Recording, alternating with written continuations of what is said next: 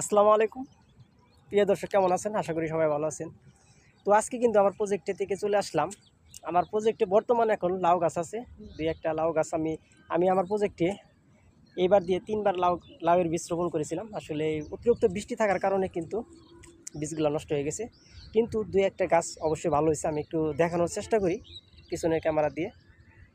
দেখেন কী পরিমাণ আসলে রোদ থাকার কারণে আসলে ঠিক মতো গাছগুলা আসলে দেখা যাচ্ছে না। এখন কিন্তু 5টার উপরে বাজে, তারপরেও আজকে অনেক পরিমাণ রোদ।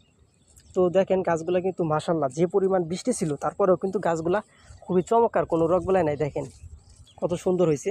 আমি আরও দুই একটা গাছ দেখাই।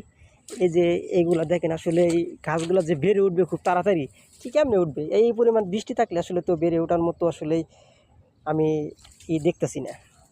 এই যে দেখেন দুই একটা আছে, আসলে খুবই চমৎকার জাংলায় উঠে গেছে। তো আলহামদুলিল্লাহ, সবাই ভালো থাকবে।